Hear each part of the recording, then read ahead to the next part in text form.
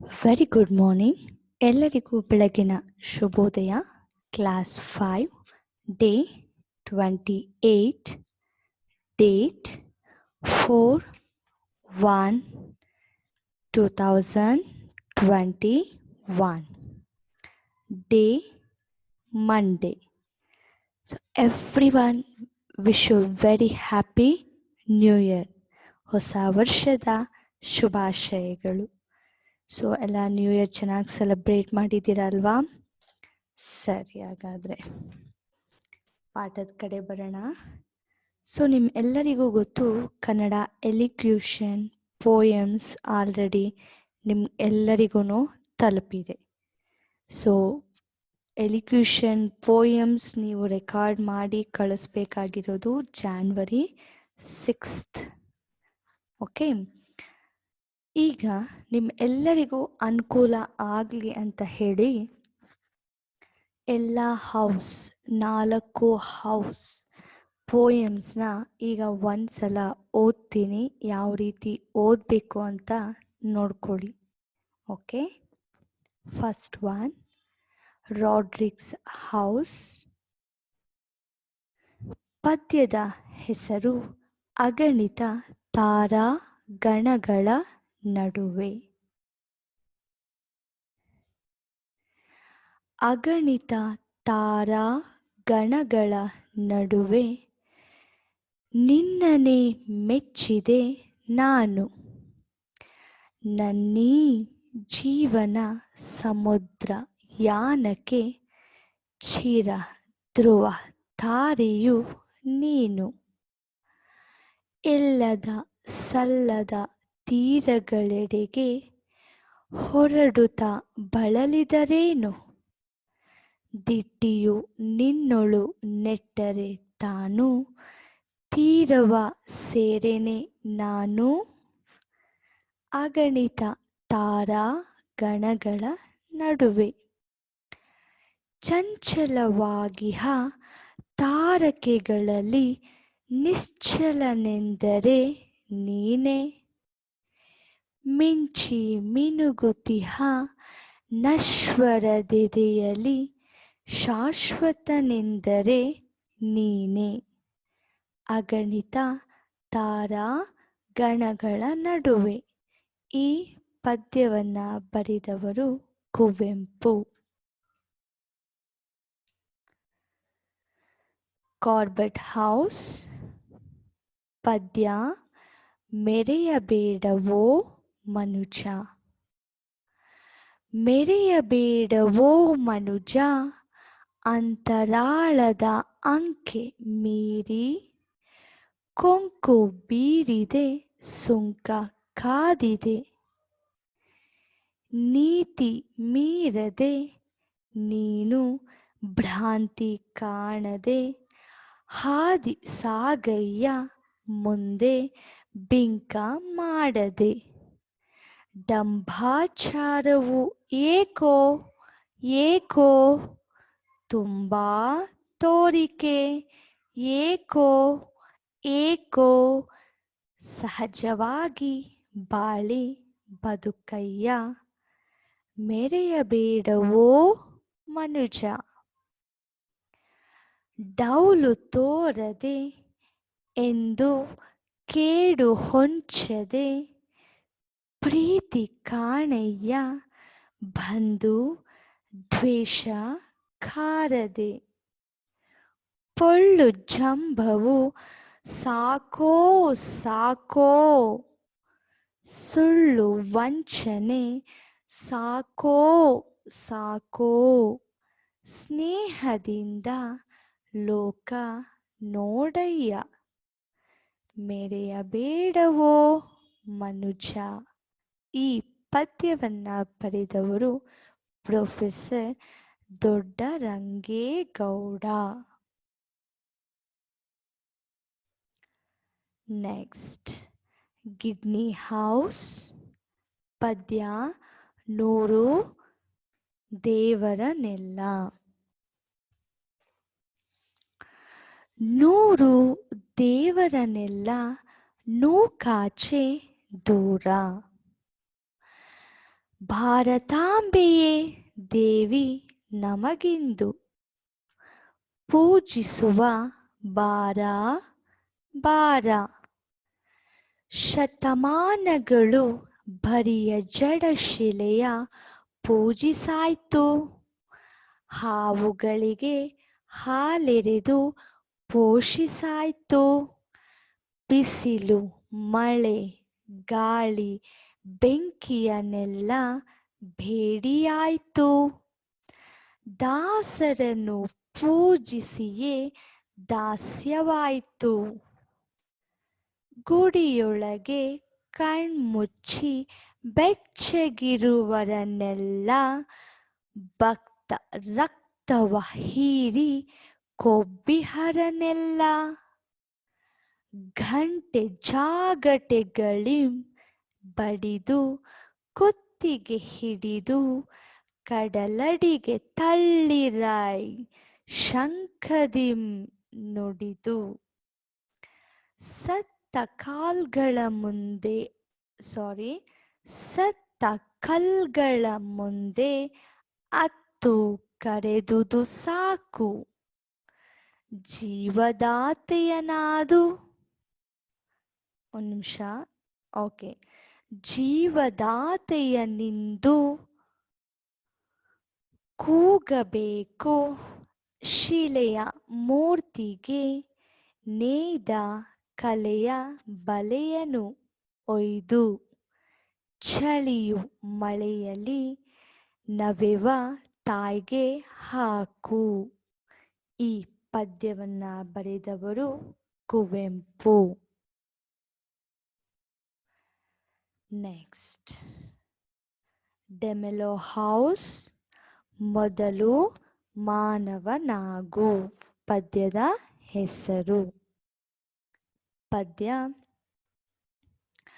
ಓದಿ ಬ್ರಾಹ್ಮಣನಾಗು, ಕಾದಿ ಕ್ಷತ್ರಿಯನಾಗು, ಶೂದ್ರ ವೈಶ್ಯನೇ ಆಗು, ದುಡಿದು ಗಳಿಸಿ ಏನಾದರೂ ಆಗು, ಮೊದಲು ಮಾನವನಾಗು. ನಿನ್ನೊಲವಿನಂತಾಗು, ಏನಾದರೂ ಸರಿಯೇ, ಮೊದಲು ಮಾನವನಾಗು.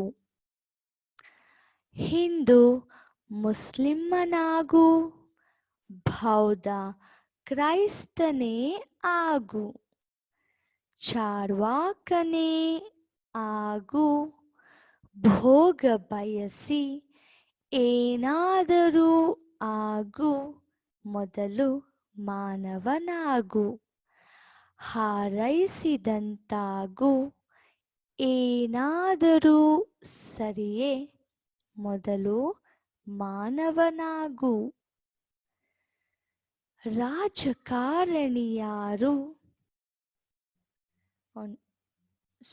ಇದು ಗು. ಇದು ರಾಜಕಾರಣಿಯಾಗು, ರಾಷ್ಟ್ರಭಕ್ತನೇ ಆಗು, ಕಲೆಗಾರ ವಿಜ್ಞಾನಿ ವ್ಯಾಪಾರಿಯಾಗು, ಏನಾದರೂ ಆಗು, ಮೊದಲು ಮಾನವನಾಗು. ನೀ ಬಯಸಿದಂತಾಗು, ಏನಾದರೂ ಸರಿಯೇ, ಮೊದಲು ಮಾನವನಾಗು. ಈ ಪದ್ಯವನ್ನ ಬರೆದವರು ಸಿದ್ದಯ್ಯ ಪುರಾಣಿಕ. ಸೊ ಇಲ್ಲಿಗೆ 4 ಪದ್ಯವನ್ನ ಹೇಳಿದ್ದೀನಿ. ಮೊದಲಿಗೆ ನೀವೇನಂತ ಹೇಳಬೇಕು, ನಿಮ್ಮ ಹೆಸರು. ಎಕ್ಸಾಂಪಲ್: ನನ್ನ ಹೆಸರು ಸಂಹಿತಾ, ಗಿಡ್ನಿ ಹೌಸ್, 5ನೇ ತರಗತಿ ಎ ವಿಭಾಗ. ನಾನು ಹೇಳುವ ಪದ್ಯ: 100 ದೇವರನೆಲ್ಲ ಅಂತ ಹೇಳಿ ಪದ್ಯವನ್ನು ಓದಿ ಹೇಳಿದ ಆದಮೇಲೆ ಕೊನೆಯಲ್ಲಿ ಈ ಪದ್ಯವನ್ನು ಬರೆದವರು ಕುವೆಂಪು. ಎಲ್ಲರಿಗೂ ಧನ್ಯವಾದಗಳು. ಇಷ್ಟನ್ನ ನೀಟಾಗಿ ಪ್ರೆಸೆಂಟ್ ಮಾಡಬೇಕು. ಅರ್ಥ ಆಯ್ತಾ? ಯಾರೆಲ್ಲ ಪಾರ್ಟಿಸಿಪೇಟ್ ಮಾಡಬೇಕು ಅಂತ ಇದ್ದೀರಾ, ಇದಿಷ್ಟು ಫಾಲೋ ಮಾಡಬೇಕು. ಸರಿ, ಹಾಗಾದರೆ ನಾವು ಇವತ್ತಿನ ತರಗತಿಗೆ ಗಮನ ಕೊಡೋಣ. ಲಾಸ್ಟ್ ಕ್ಲಾಸಲ್ಲಿ ನಾವು ಹೂಗಳ ರಾಣಿ ಗುಲಾಬಿ ಪದ್ಯದ ಒಂದು ವಿವರಣೆ, ನೋಟ್ಸ್ ಕಂಪ್ಲೀಷನ್ ಎಲ್ಲ ಆಗಿದೆ, ಸರಿ ಅಲ್ವಾ? ವರ್ಕ್ಶೀಟ್ ಕೊಡ್ತೀನಿ ಇವತ್ತಿನ ಕ್ಲಾಸಲ್ಲಿ, ವರ್ಕ್ಶೀಟ್ನ ಕಂಪ್ಲೀಟ್ ಮಾಡಿ. ಅರ್ಥ ಆಯ್ತಲ್ವಾ? ಈಗ ವರ್ಕ್ಶೀಟ್ ನೋಡ್ಕೊಂಡು ಬರೋಣ. ಎಲ್ಲ ರಿಪೀಟ್ ಮಾಡಿ ಹೇಳ್ಕೊಟ್ಟಿದ್ದಾದ್ಮೇಲೆ, ಸಹಸ್ರ ಪದದ ಅರ್ಥವೇನು? ಸಹಸ್ರ ಪದದ ಅರ್ಥ ಸಾವಿರ. ಎರಡನೆಯ ಪ್ರಶ್ನೆ, ಪ್ರಪಂಚದ ಎಲ್ಲ ಹೂಗಳು ಯಾವ ಬಣ್ಣದಲ್ಲಿದ್ದವು? ಪ್ರಪಂಚದ ಎಲ್ಲ ಹೂಗಳು ಬಿಳಿ ಬಣ್ಣದಲ್ಲಿದ್ದವು. ಮೂರನೆಯ ಪ್ರಶ್ನೆ, ಸೃಷ್ಟಿಕರ್ತನು ಯಾರು? ಸೃಷ್ಟಿಕರ್ತನು ಬ್ರಹ್ಮ. ನಾಲ್ಕನೆಯ ಪ್ರಶ್ನೆ, ಹೂಗಳ ಸಭೆಗೆ ಯಾರು ಯಾರು ಬಂದರು? ಹೂಗಳ ಸಭೆಗೆ ಎಲ್ಲ ಹೂಗಳು, ಪತ್ರೆ ಹಾಗೂ ಗರಿಕೆ ಬಂದರು. ಐದನೆಯ ಪ್ರಶ್ನೆ, ಹೂಗಳ ಸಭೆಗೆ ಯಾರು ತಡವಾಗಿ ಬಂದರು? ಹೂಗಳ ಸಭೆಗೆ ಗುಲಾಬಿ ತಡವಾಗಿ ಬಂದಿತು. ಆರನೆಯ ಪ್ರಶ್ನೆ, ಯಾರ ಅಂದವನ್ನು ನೋಡಿ ಹೂಗಳು ಪುಳಕಗೊಂಡವು? ಗುಲಾಬಿಯ ಅಂದವನ್ನು ನೋಡಿ ಹೂಗಳು ಪುಳಕಗೊಂಡವು. ಏಳನೆಯ ಪ್ರಶ್ನೆ, ಗುಲಾಬಿಗೆ ಬ್ರಹ್ಮನು ಎಲ್ಲಿ ಕುಳಿತುಕೊಳ್ಳುವಂತೆ ಹೇಳಿದನು? ಗುಲಾಬಿಗೆ ಬ್ರಹ್ಮನು ಕಾಡು ಹೂಗಳ ಮಧ್ಯ ಕುಳಿತುಕೊಳ್ಳುವಂತೆ ಹೇಳಿದನು. ಎಂಟನೆಯ ಪ್ರಶ್ನೆ, ಕುಸುಮ ಪದದ ಅರ್ಥವೇನು? ಕುಸುಮ ಪದದ ಅರ್ಥ ಹೂ. ಒಂಬತ್ತನೆಯ ಪ್ರಶ್ನೆ, ಬ್ರಹ್ಮ ಯಾವ ಹೂವಿಗೆ ವಿಧ ವಿಧದ ಬಣ್ಣಗಳನ್ನು ತುಂಬಿದನು? ಬ್ರಹ್ಮ ಗುಲಾಬಿ ಹೂವಿಗೆ ವಿಧ ವಿಧದ ಬಣ್ಣಗಳನ್ನು ತುಂಬಿದನು. ಹತ್ತನೆಯ ಪ್ರಶ್ನೆ, ಹೂಗಳ ರಾಣಿ ಎಂದು ಯಾರನ್ನು ಘೋಷಿಸಿದರು? ಹೂಗಳ ರಾಣಿ ಎಂದು ಗುಲಾಬಿಯನ್ನು ಘೋಷಿಸಿದರು. ಸೊ ನಿಮ್ಮ ವರ್ಕ್ಶೀಟ್ 10 ಪ್ರಶ್ನೆಗಳು. ವರ್ಕ್ಶೀಟ್ನ ನೀವು ಆದರೆ ಪ್ರಿಂಟೌಟ್ ತಗೊಳ್ಳಿ, ಕ್ಲಾಸ್ ನೋಡಿಕೊಂಡು ಬೇಕಾದರೆ ನೀವು ಆನ್ಸರ್ಸ್ನ ಕಾಪಿ ಮಾಡ್ಬೋದು. ಪ್ರಿಂಟೌಟ್ ತಗೊಳ್ಳೋಕ್ಕೆ ಆಗಲಿಲ್ಲ ಅಂದರೆ ನೀವು ನಿಮ್ಮ ಕ್ಲಾಸ್ ವರ್ಕಲ್ಲೇ ವರ್ಕ್ಶೀಟ್ನ ವಿತ್ ಕ್ವೆಶನ್ ಆ್ಯಂಡ್ ಆನ್ಸರ್ಸ್ ನೀವು ಕಾಪಿ ಮಾಡಬೇಕು. ಎಲ್ಲರಿಗೂ ಅರ್ಥ ಆಗಿದೆ ಅಂತ ಅಂದ್ಕೊಂಡಿದ್ದೀನಿ. ನೆಕ್ಸ್ಟ್ ಆನ್ಲೈನ್ ಕ್ಲಾಸಲ್ಲಿ ನಾನು ನಿಮ್ಮ ವರ್ಕ್ಶೀಟ್ ನೋಟ್ಸ್ ಚೆಕ್ ಮಾಡ್ತೀನಿ.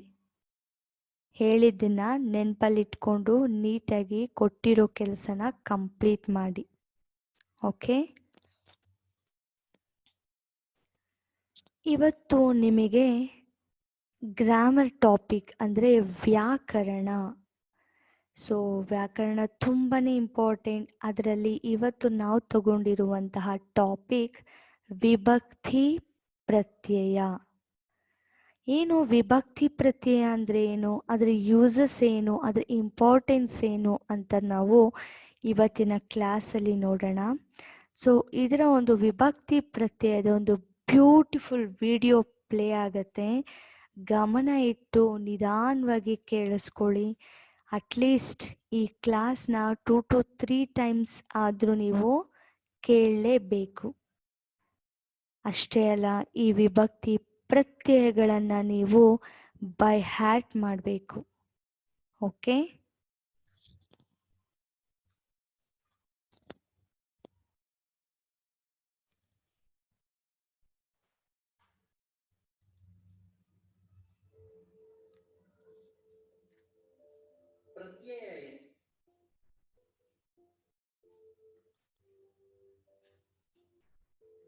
ನೋಡ್ತಾ ಇದ್ದೀರಲ್ವಾ?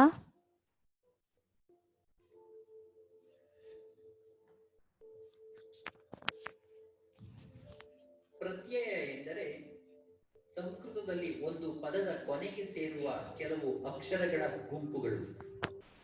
ಇವು ಆ ಪದದ ಕೊನೆಗೆ ಸೇರಿ ಅದರ ಅರ್ಥವನ್ನು ಮಾರ್ಪಡಿಸುವವು.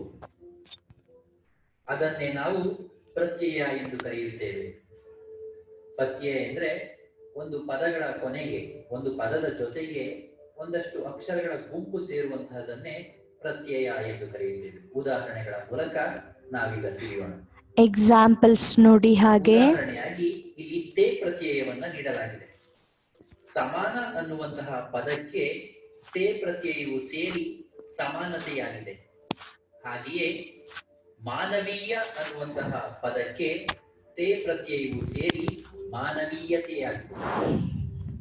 ಸರಳ ಎನ್ನುವಂತಹ ಪದಕ್ಕೆ ತೇ ಪ್ರತ್ಯಯ ಸೇರಿ ಸರಳತೆ ಎಂಬುದಾಗಿದೆ. ಇಲ್ಲಿ ನಾವು ಗಮನಿಸಬೇಕು, ಪ್ರತ್ಯಯಗಳು ಒಂದು ಸ್ವತಂತ್ರ ಪದಗಳಲ್ಲ, ಅದು ಪದದ ಒಂದು ಭಾಗವಾಗಿರುತ್ತದೆ. ಒಂದು ಸ್ವತಂತ್ರ ಪದಕ್ಕೆ ಪ್ರತ್ಯಯ ಸೇರಿ ಹೊಸ ಅರ್ಥವನ್ನ, ಬೇರೊಂದು ಅರ್ಥವನ್ನ ಅಥವಾ ಜೋಡಣೆಯ ಅರ್ಥವನ್ನ ನೀಡುವಂತಹದ್ದೇ ಪ್ರತ್ಯಯವಾಗಿದೆ.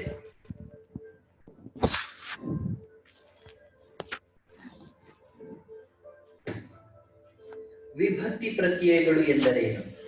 ಈಗಾಗಲೇ ನಾವು ಪ್ರತ್ಯಯದ ಬಗ್ಗೆ ತಿಳಿದುಕೊಂಡೆವು. ಈಗ ವಿಭಕ್ತಿ ಪ್ರತ್ಯಯ ಎಂದರೇನು? ಒಂದು ವಾಕ್ಯ ಅಥವಾ ಸಾಲಿನಲ್ಲಿ ಇರುವ ಹೆಸರುಗಳ ಅಥವಾ ನಾಮಪದಗಳ ನಡುವಣ, ಇಲ್ಲವೇ ಹೆಸರುಗಳ ಅಥವಾ ನಾಮಪದಗಳ ಮತ್ತು ಕ್ರಿಯಾಪದಗಳ ನಡುವಣ ನಂಟನ್ನು ಅಥವಾ ಬೆಸುಗೆಯನ್ನು ತಿಳಿಸುವ ಪದದ ಪ್ರತ್ಯಯಗಳನ್ನ ವಿಭಕ್ತಿ ಪ್ರತ್ಯಯಗಳೆಂದು ಕರೆಯುವರು. ವಿಭಕ್ತಿ ಪ್ರತ್ಯಯ ಎಂದ್ರೆ ನಾಮಪದ ಅಥವಾ ಕ್ರಿಯಾಪದಗಳನ್ನ ಸೇರಿಸುವಂತಹ, ಬೆಸುಗೆ ಮಾಡುವಂತಹ ಪ್ರತ್ಯಯಗಳನ್ನ ನಾವು ವಿಭಕ್ತಿ ಪ್ರತ್ಯಯಗಳು ಎಂದು ಕರೆಯುತ್ತೇವೆ. ಇಂಗ್ಲಿಷಿನಲ್ಲಿ ಇದನ್ನ ಪ್ರಿಪೋಸಿಷನ್ ಎಂತಲೂ ಕೂಡ ನಾವು ಕರೆಯಬಹುದು. ಪ್ರಿಪೋಸಿಷನ್ ಎನ್ನುವಂತಹ ಇಂಗ್ಲಿಶಿನ ಪದಕ್ಕೂ ಕೂಡ, ವ್ಯಾಕರಣಕ್ಕೂ ಕೂಡ ವಿಭಕ್ತಿ ಪ್ರತ್ಯಯ ಸಮನಾಗಿದೆ.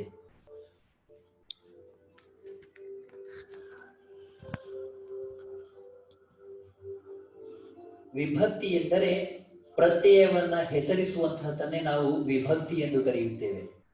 ನಾವೀಗ ಉದಾಹರಣೆಗಳ ಮೂಲಕ ವಿಭಕ್ತಿ ಪ್ರತ್ಯಯಗಳನ್ನ ತಿಳಿಯೋಣ. ಈ ಉದಾಹರಣೆಗಳನ್ನ ನೀವು ಗಮನಿಸಿರಿ. ರಾಮ ಹೆಂಡತಿ ಸೀತೆ, ಇವನು ಅಮ್ಮ ಮಗ, ರಾವಣ ತಮ್ಮ ವಿಭೀಷಣ. ಇಲ್ಲಿ ನೀವು ಅಬ್ಸರ್ವ್ ಮಾಡಬೇಕು, ತುಂಬಾ ಬ್ಯೂಟಿಫುಲ್ ಆಗಿ ಎಕ್ಸಾಂಪಲ್ ಇದೆ. ರಾಮ ಹೆಂಡತಿ ಸೀತೆ, ಏನಾದರೂ ಅರ್ಥ ಆಗ್ತಾ ಇದೆಯಾ? ಇಲ್ಲಿ ನಾವು ವರ್ಡ್ಸ್ನ ನೋಡ್ಬೋದು, ಬಟ್ ಆ ಸೆಂಟೆನ್ಸ್ ಅಲ್ಲಿ ಯಾವುದೇ ಮೀನಿಂಗು ಇಲ್ಲ. ಇವನು ಅಮ್ಮ ಮಗ, ಏನು ಇವನು ಅಮ್ಮ ಮಗ, ಏನಿವಾಗ ಅಂತ ಅನ್ಸತ್ತೆ.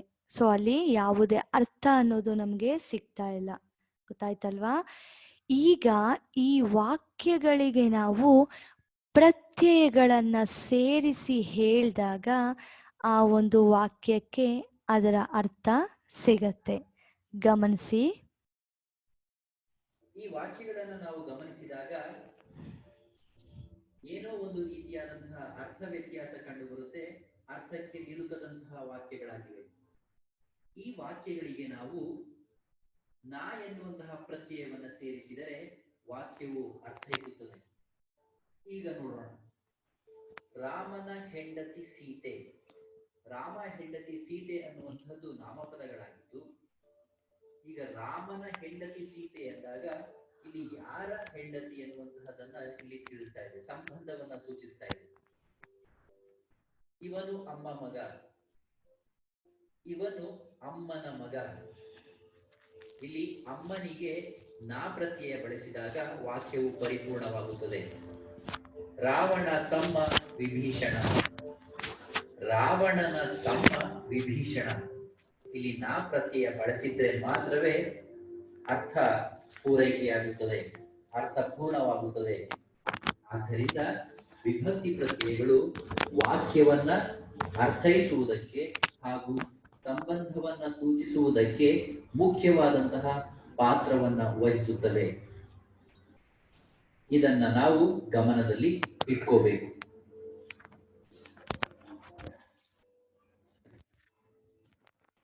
ಆತ್ಮೀಯರೇ, ವಿಭಕ್ತಿ ಪ್ರತ್ಯಯಗಳಲ್ಲಿ ನಾವು 7 ವಿಧಗಳನ್ನ ಕಾಣಬಹುದು. ಅವುಗಳೆಂದರೆ ಪ್ರಥಮ ವಿಭಕ್ತಿ ಪ್ರತ್ಯಯ. ಪ್ರಥಮ ಎಂದರೆ ಮೊದಲು ಎನ್ನುವಂಥದ್ದು. ಇಲ್ಲಿ ವಿಭಕ್ತಿಯನ್ನ ಸೂಚಿಸುವಂಥದ್ದು, ಪ್ರತ್ಯಯಗಳನ್ನ ಗುರುತಿಸುವಂತಹದ್ದೇ ವಿಭಕ್ತಿ. ಪ್ರಥಮ ಅನ್ನುವಂಥದ್ದು ಒಂದು ವಿಭಕ್ತಿ. ಆ ಪ್ರಥಮ ವಿಭಕ್ತಿಗೆ ಪ್ರತ್ಯಯವಾಗಿ ಕಂಡು ಬರುವಂತಹದ್ದು ಕನ್ನಡದಲ್ಲಿ, ಹೊಸಗನ್ನಡದಲ್ಲಿ ಉ ಅನ್ನುವಂತಹ ಅಕ್ಷರ. ಹಾಗೆಯೇ ಹಳೆಗನ್ನಡದಲ್ಲಿ ಮು ಅನ್ನುವಂತಹ ಅಕ್ಷರ ಪ್ರಥಮ ವಿಭಕ್ತಿಗೆ ಕಂಡು ಬರುವಂತಹ ಪ್ರತ್ಯಯಗಳು. ಎರಡನೆಯದು ದ್ವಿತೀಯ ವಿಭಕ್ತಿ ಪ್ರತ್ಯಯಗಳು. ದ್ವಿತೀಯ ವಿಭಕ್ತಿಗೆ ಅನ್ನು ಅನ್ನುವಂತಹ ಪದ ಹೊಸಗನ್ನಡದಲ್ಲಿ ಕಂಡುಬರುತ್ತೆ. ಅಂ ಅನ್ನುವಂತಹ ಪದ ಹಳೆಗನ್ನಡದಲ್ಲಿ ಕಂಡುಬರುತ್ತೆ. ಮೂರನೆಯದು ತೃತೀಯ ವಿಭಕ್ತಿ ಪ್ರತ್ಯಯ. ತೃತೀಯ ಅನ್ನುವಂತಹ ವಿಭಕ್ತಿಗೆ ಇಂದ ಅನ್ನುವಂತಹ ಹೊಸಗನ್ನಡದ ಪದ ಪ್ರತ್ಯಯವಾಗಿರುತ್ತೆ. ಹಳೆಗನ್ನಡದಲ್ಲಿ ಇಂ ಅಥವಾ ಇಂದಂ ಎನ್ನುವಂತಹ ಪದಗಳು ಕಂಡುಬರುತ್ತೆ. ನಾಲ್ಕನೆಯದು ಚತುರ್ಥಿ ವಿಭಕ್ತಿ ಪ್ರತ್ಯಯ. ಚತುರ್ಥಿ ವಿಭಕ್ತಿಗೆ ಪ್ರತ್ಯಯಗಳಾಗಿ ಹೊಸಗನ್ನಡದಲ್ಲಿ ಕಂಡುಬರುವಂತಹದ್ದು ಗೆ, ಇಗೆ, ಕೆ, ಆಕೆ. ಇವು ಹೊಸಗನ್ನಡದಲ್ಲಿ ಕಂಡುಬರುವಂತಹದ್ದು. ಹಳೆಗನ್ನಡದಲ್ಲಿ ಕಂಡುಬರುವಂತದ್ದು ಗೆ, ಕೆ, ಕೆ. ಹಳೆಗನ್ನಡದಲ್ಲಿ ಕಂಡುಬರುವಂತಹ ವಿಭಕ್ತಿಗಳು, ಪ್ರತ್ಯಯಗಳು. ಐದನೆಯದಾಗಿ ಪಂಚಮಿ ವಿಭಕ್ತಿ ಪ್ರತ್ಯಯ.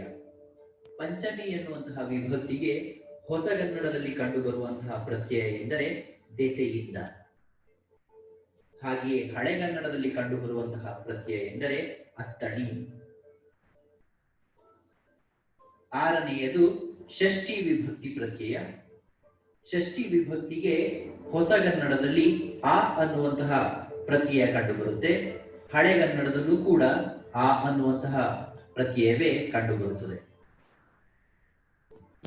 ಏಳನೆಯದು ಕೊನೆಯದಾಗಿ ಕಂಡುಬರುವಂತಹ ವಿಭಕ್ತಿ ಪ್ರತ್ಯಯವೆಂದರೆ ಸಪ್ತಮಿ ವಿಭಕ್ತಿ ಪ್ರತ್ಯಯ. ಸಪ್ತಮಿ ವಿಭಕ್ತಿಗೆ ಪ್ರತ್ಯಯವಾಗಿ ಕಂಡುಬರುವಂತಹದ್ದು ಅಲ್ಲಿ ಅನ್ನುವಂತಹ ಪ್ರತ್ಯಯ ಹೊಸಗನ್ನಡದಲ್ಲಿ ಕಂಡುಬರುತ್ತದೆ.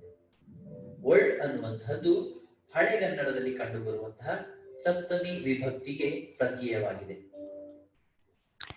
ಓಕೆ, ನೀವಿಲ್ಲಿ ಏನು ಮಾಡಬೇಕು ಅಂದರೆ ಇದನ್ನು ಮಾತ್ರ ಕಾನ್ಸಂಟ್ರೇಟ್ ಮಾಡಿ. ಪ್ರಥಮ ಉ, ದ್ವಿತೀಯ ಅನ್ನು, ತೃತೀಯ ಇಂದ, ಚತುರ್ಥಿ ಗೆ, ಇಗೆ, ಕೆ, ಆಕೆ, ಪಂಚಮಿ ದೆಸೆಯಿಂದ, ಷಷ್ಠಿ ಅ, ಸಪ್ತಮಿ ಅಲ್ಲಿ. ಸೊ ನಮಗೆ ತುಂಬ ಇಂಪಾರ್ಟೆಂಟ್ ಆಗಿರೋದು ಈ ಒಂದು ಹೊಸಗನ್ನಡ ವಿಭಕ್ತಿ ಪ್ರತ್ಯಯಗಳು. ಈ ಕಡೆ ಇದೆಯಲ್ಲ, ಇದನ್ನ ನೀವು ಕೇಳಿಸ್ಕೊಳ್ಳೇಬೇಡಿ, ಇದು ನಿಮಗೆ ಬೇಕಾಗಿಲ್ಲ.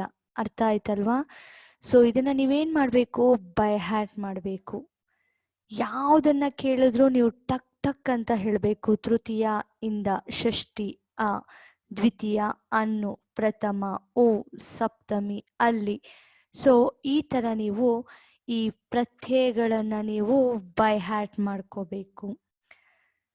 ಬೈ ಹ್ಯಾಟ್ ಮಾಡ್ಕೊಂಡಿದ್ದು ಆದಮೇಲೆ ಇದನ್ನ ವರ್ಡ್ಸಲ್ಲಿ, ಸೆಂಟೆನ್ಸಲ್ಲಿ ಯಾವ ರೀತಿ ಸಂಬಂಧ ಸೂಚಕವಾಗಿ ಬಳಸ್ತಾರೆ ಅಂತ ಈಗ ಎಕ್ಸಾಂಪಲ್ ಮೂಲಕ ನಾವು ನೋಡೋಣ.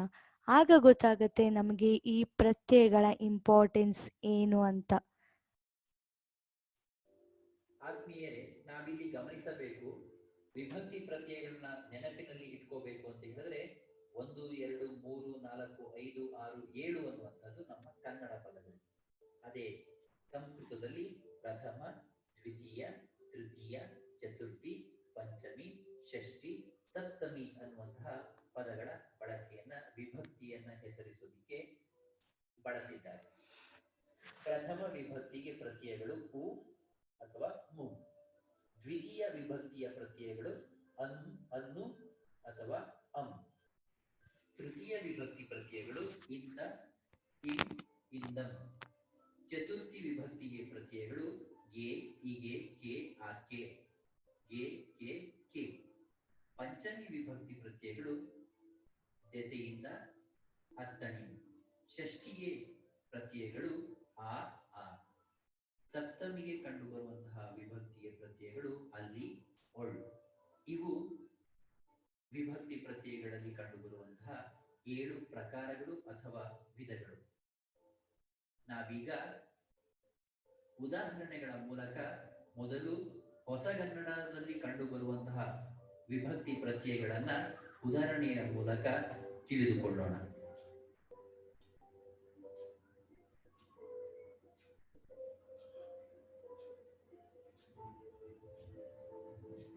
ವಿಭಕ್ತಿ ಪ್ರತ್ಯಯಗಳಲ್ಲಿ 7 ವಿಧಗಳು ಎಂಬುದನ್ನು ನಾವು ಆಗಲೇ ತಿಳಿದುಕೊಂಡೆವು. ಕನ್ನಡದಲ್ಲಿ ಬರುವಂತಹ, ಹೊಸಗನ್ನಡದಲ್ಲಿ ಕಂಡು ಬರುವಂತಹ ಪ್ರತ್ಯಯವಾಗಿ ಪ್ರಥಮ ವಿಭಕ್ತಿ ಪ್ರತ್ಯಯ ಉ ಅನ್ನುವಂತಹ ಪದವು ಬರುತ್ತೆ.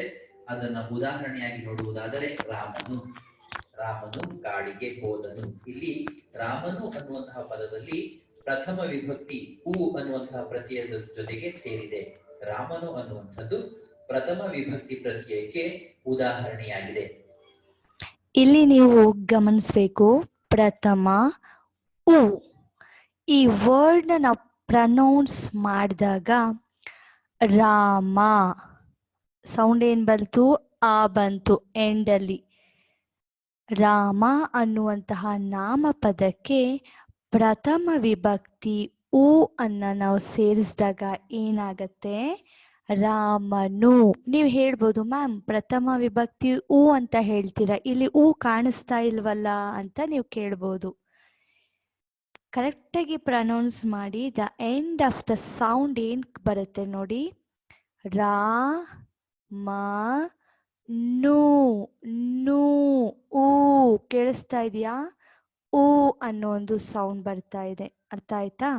ಸೊ ಹಾಗಾಗಿ ನು ಅಂತ ನಾನು ಪ್ರನೌನ್ಸ್ ಮಾಡಿದಾಗ ಊ ಅನ್ನೋ ಸೌಂಡ್ ಕೇಳತ್ತೆ.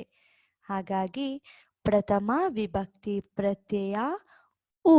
ಎಕ್ಸಾಂಪಲ್ ರಾಮನು ಅಂತ ಕೊಟ್ಬಿಟ್ಟು ನಾನು ಈ ಪದದಲ್ಲಿ ಯಾವ ವಿಭಕ್ತಿ ಪ್ರತ್ಯಯ ಬಳಸಿದೀವಿ ಅಂದರೆ ಏನು ಮಾಡಬೇಕು, ನೀವು ನು ಅನ್ನೋದಕ್ಕೆ ಅಂಡರ್ಲೈನ್ ಮಾಡಬೇಕು. ನು ಅನ್ನೋದು ಪ್ರಥಮ ವಿಭಕ್ತಿ ಪ್ರತ್ಯಯ ಉ ಅಂತ ನೀವು ಹೇಳಬೇಕು. ಓಕೆ, ಸೊ ಬೇರೆ ಎಕ್ಸಾಂಪಲ್ಸ್ ನೋಡ್ಕೊಂಡು ಬರೋಣ, ನೀಟಾಗಿ ಅರ್ಥ ಆಗುತ್ತೆ ಬೇರೆದು. ನೆಕ್ಸ್ಟ್ ದ್ವಿತೀಯ ವಿಭಕ್ತಿ. ಎರಡನೆಯದು ದ್ವಿತೀಯ ವಿಭಕ್ತಿ ಪ್ರತ್ಯಯ. ಉದಾಹರಣೆಯಾಗಿ ಇಲ್ಲಿ ಗಮನಿಸಬಹುದು, ರಾಮನನ್ನು. ಅನ್ನು ಅನ್ನುವಂಥದ್ದು ದ್ವಿತೀಯ ಪ್ರತ್ಯಯ ವಿಭಕ್ತಿಗೆ ಪ್ರತ್ಯಯವಾಗಿದೆ. ರಾಮನನ್ನು, ಇಲ್ಲಿ ಅನ್ನು ಅನ್ನುವಂಥದ್ದು ರಾಮ ಅನ್ನುವಂತಹ ಪದಕ್ಕೆ ಸೇರಿ ರಾಮನನ್ನು ಆಗಿದೆ. ಇದು ದ್ವಿತೀಯ ವಿಭಕ್ತಿ ಪ್ರತ್ಯಯಕ್ಕೆ ಉದಾಹರಣೆ. ಮೂರನೆಯದು ತೃತೀಯ ವಿಭಕ್ತಿ ಪ್ರತ್ಯಯ. ಇಲ್ಲಿ ಕಂಡುಬರುವಂತಹ ಪ್ರತ್ಯಯ ಇಂದ. ಉದಾಹರಣೆಗೆ ರಾಮನಿಂದ. ರಾಮನಿಂದ ರಾವಣನು ಸತ್ತನು.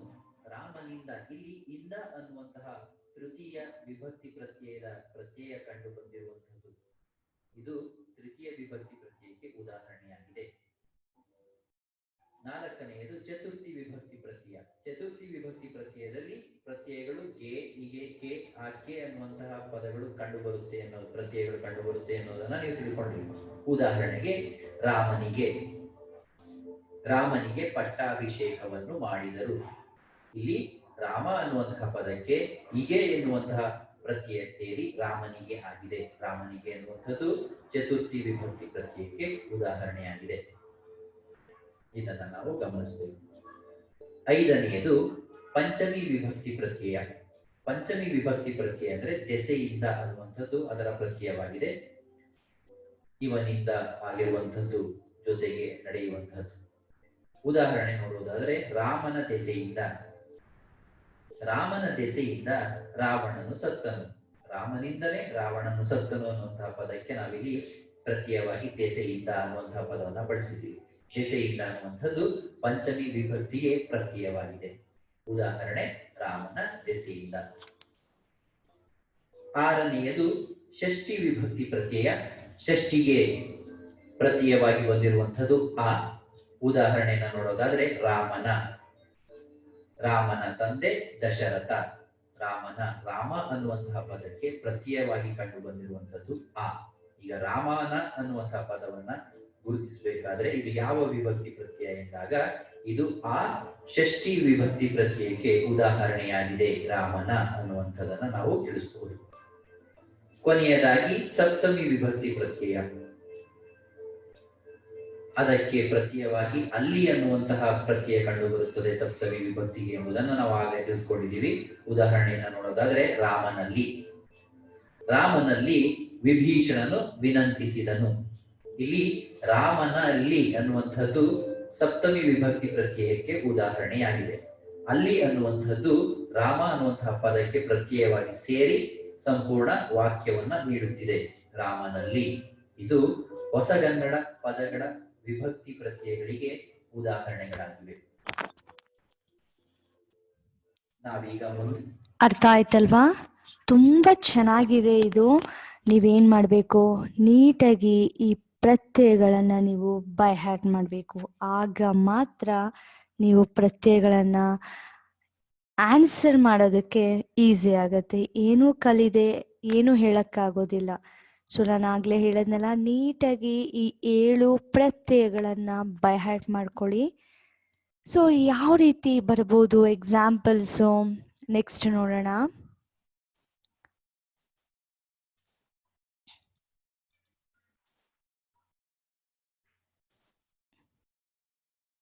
ಓಕೆ, ಇದನ್ನ ಗಮನಿಸಿ. ತುಂಬಾ ಚೆನ್ನಾಗಿದೆ ಇದು ಒಂದು ಆಕ್ಟಿವಿಟಿ. ಕನ್ನಡದ ಕಾವ್ಯము ಚತುರರು ಕುಡಿಯಂ ಕವಿಗೆ ಸೀತೆಯಿ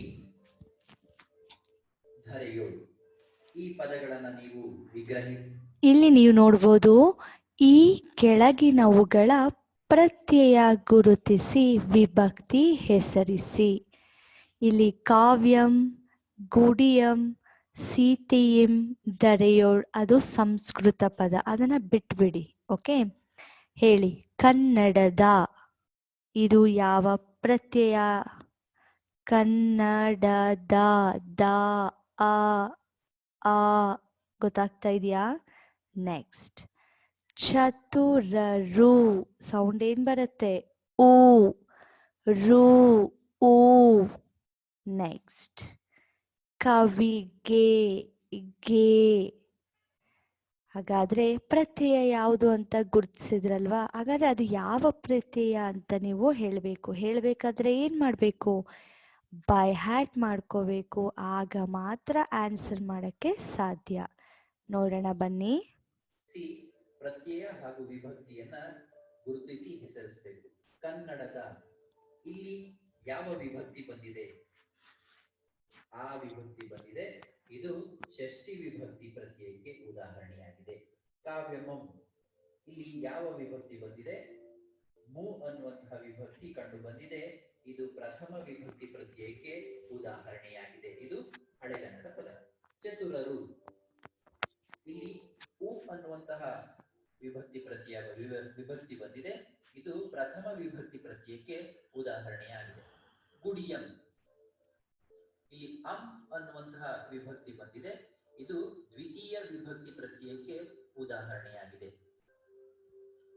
ಕವಿಗೆ, ಗೆ ಅನ್ನುವಂತಹ ವಿಭಕ್ತಿ ಇಲ್ಲಿ ಬಂದಿದೆ. ಇದು ಚತುರ್ಥಿ ವಿಭಕ್ತಿ ಪ್ರತ್ಯಯಕ್ಕೆ ಉದಾಹರಣೆಯಾಗಿದೆ.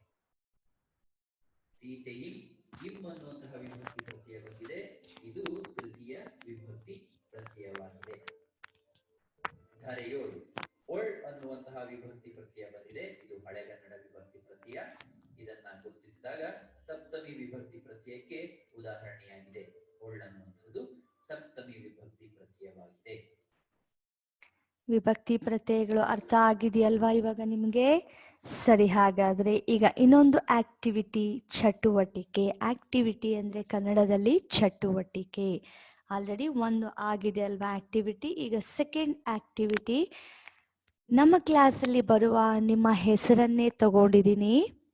ಓಕೆ, ಪೂರವ್ಗೆ. ನೀವೇ ಹೇಳಬೇಕು ಆನ್ಸರು ಏನು? ಪೂರವ್ಗೆ. ಗೆ ಅನ್ನೋ ಪ್ರತ್ಯಯ ಸೇರಿಸಿದೀನಿ. ಹಾಗಾದ್ರೆ ಗೆ ಅನ್ನೋದು ಯಾವ ವಿಭಕ್ತಿ ಪ್ರತ್ಯಯ ನೆನಪಿಸ್ಕೊಳ್ತೀರಾ? ಸರಿ, ಹಾಗಾದ್ರೆ ನೆಕ್ಸ್ಟ್. ಆರ್ಯನಿಂದ. ನಿಂದ ಅನ್ನೋದು ಇಂದ ಅಂತ ಕೇಳಿಸ್ತಾ ಇದೆ ಅಲ್ವಾ? ಇಂದ ಅನ್ನೋ ಒಂದು ನಾನು ಪ್ರತ್ಯಯವನ್ನ ಸೇರಿಸಿದ್ದೀನಿ. ನೆಕ್ಸ್ಟ್. ಸಾಕ್ಷಿಯು. ಏನ್ ಬರ್ತಾ ಇದೆ ಸೌಂಡು? ಊ ಅಲ್ವಾ? ಗುಡ್. ನೆಕ್ಸ್ಟ್. ಭಾವಿಕಳ. ಳ. ಏನ್ ಸೌಂಡ್ ಬರ್ತಾ ಇದೆ? ಆ ಸೌಂಡ್ ಬರ್ತಾ ಇದೆ ಅಲ್ವಾ? Fifth one. ನಮೀಶನು. ನು. ಏನ್ ಸೌಂಡ್ ಅದು? ಊ. ನಮೀಶನು. ನೆಕ್ಸ್ಟ್. ಸ್ನೇಹ ದಿಸೆಯಿಂದ. ಸೊ ಇಲ್ಲಿ ಬಳಸಿರುವಂತಹ ಪ್ರತ್ಯಯ ಯಾವುದು? ದಿಸೆಯಿಂದ. ಕರೆಕ್ಟ್ ಅಲ್ವಾ? ಅರ್ಥ ಆಗ್ತಾ ಇದೆಯಾ ಎಲ್ಲರಿಗೂ?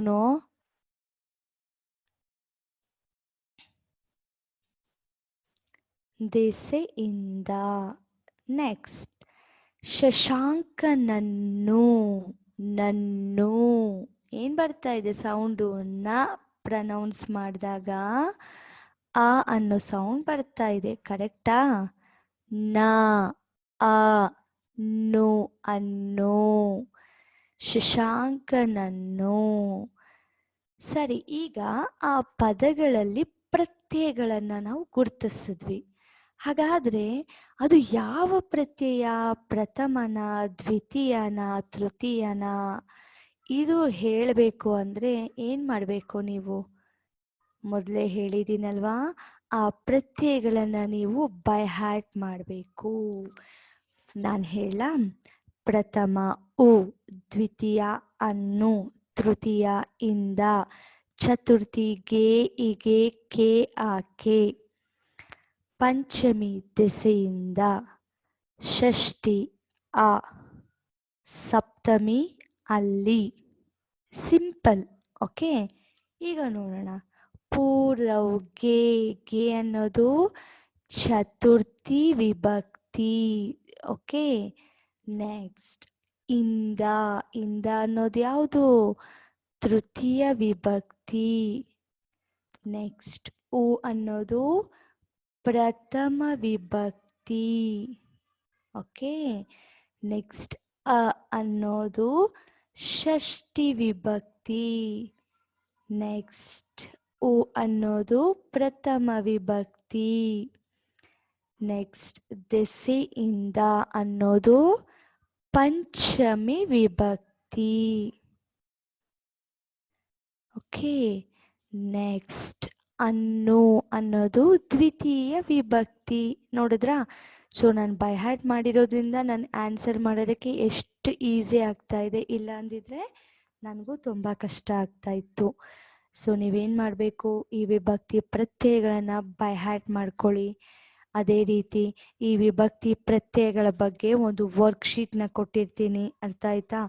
ಇವತ್ತಿನ ಕ್ಲಾಸಲ್ಲಿ ನಿಮಗೆ ಹೂಗಳ ರಾಣಿ ಗುಲಾಬಿ ಪಾಠದ ವರ್ಕ್ಶೀಟ್ ಮತ್ತು ವಿಭಕ್ತಿ ಪ್ರತ್ಯಯಗಳು ಅದಕ್ಕೆ ಸಂಬಂಧಪಟ್ಟಂತೆ ಒಂದು ವರ್ಕ್ಶೀಟ್ ನಿಮಗೆ ಬರುತ್ತೆ. ನೀಟಾಗಿ ಆ ಒಂದು ಪಾಠದ ವರ್ಕ್ಶೀಟ್ನ ನೀವು ಕಂಪ್ಲೀಟ್ ಮಾಡಿ ನೆಕ್ಸ್ಟ್ ಈ ಪ್ರತ್ಯಯಗಳನ್ನು ನೀವು ಬೈ ಹ್ಯಾಟ್ ಮಾಡಿಕೊಂಡು ಆಮೇಲೆ ಅಟೆಂಡ್ ಮಾಡಿ. ಸೊ ಇವತ್ತಿನ ಒಂದು ಕ್ಲಾಸ್ ತುಂಬ ಇಂಟ್ರೆಸ್ಟಿಂಗ್ ಆಗಿತ್ತು ಅಂತ ಅಂದ್ಕೊಂಡಿದ್ದೀನಿ. ಓಕೆ, ಸೊ ಇಲ್ಲಿಗೆ ನಾನು ತರಗತಿಯನ್ನು ಮುಗಿಸ್ತೀನಿ. ಎಲ್ಲರಿಗೂ ಧನ್ಯವಾದ. Thank you.